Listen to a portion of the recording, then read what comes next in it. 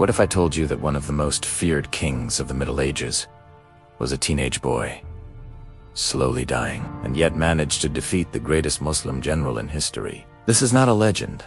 This is not a movie script. This is the true story of Baldwin IV of Jerusalem, the leper king who ruled with a rotting body and an unbreakable will. A king who could no longer feel pain, but whose enemies felt plenty. Baldwin was born in 1161 into a fragile Christian kingdom surrounded by enemies. The kingdom of Jerusalem, founded after the First Crusade, was rich, holy, and constantly on the brink of destruction. His father, King Amalric I, ruled a land defended by faith, steel, and fragile alliances. No one expected Baldwin to become king. He was the second son, a spare, a boy meant for politics or the church, but fate had other plans. When Baldwin was still a child, his tutor, William of Tyre, noticed something disturbing. During games, other boys screamed when pinched or hit. Baldwin didn't. He felt no pain. At first, it seemed like bravery.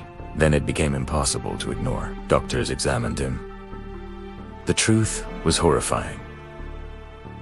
Baldwin had leprosy. In the 12th century, leprosy was not just a disease.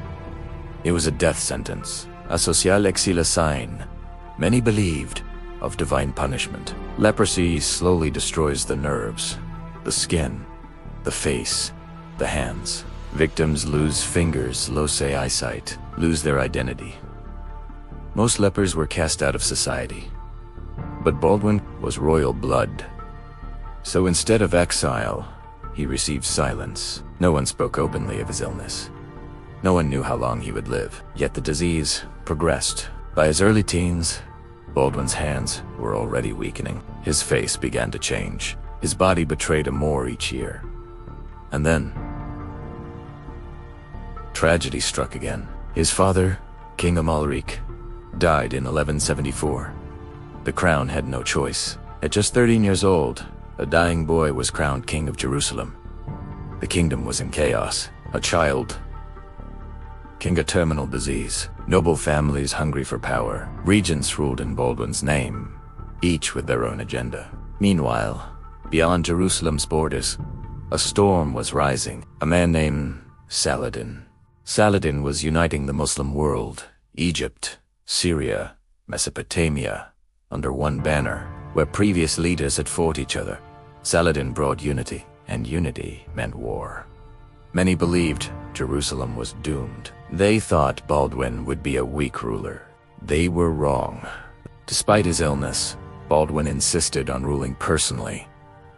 He attended councils. He judged disputes. He learned warfare.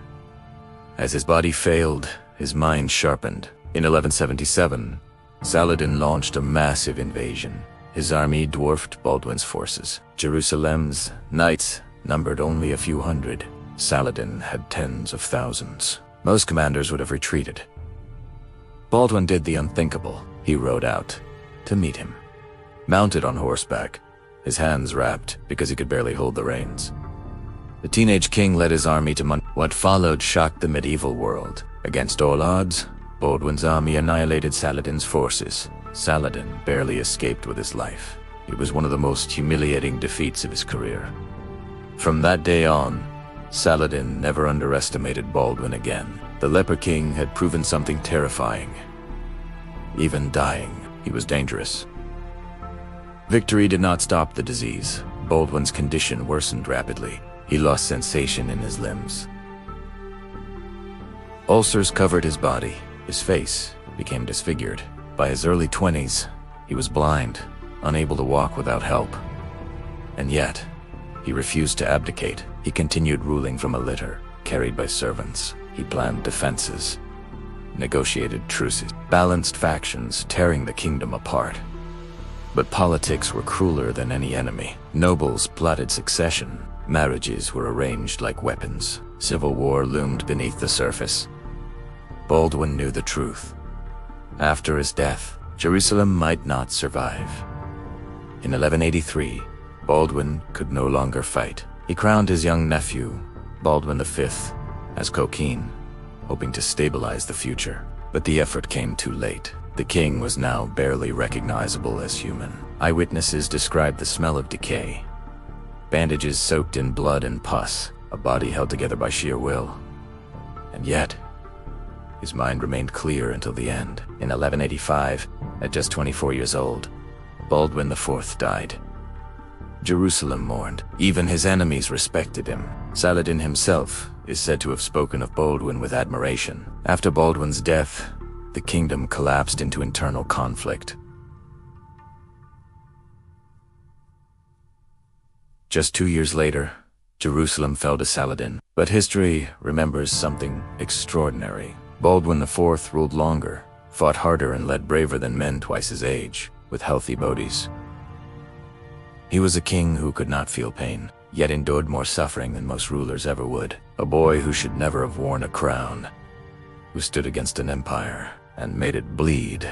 The leper king of Jerusalem proved that strength is not found in the body, but in the will to stand when everything else is falling apart.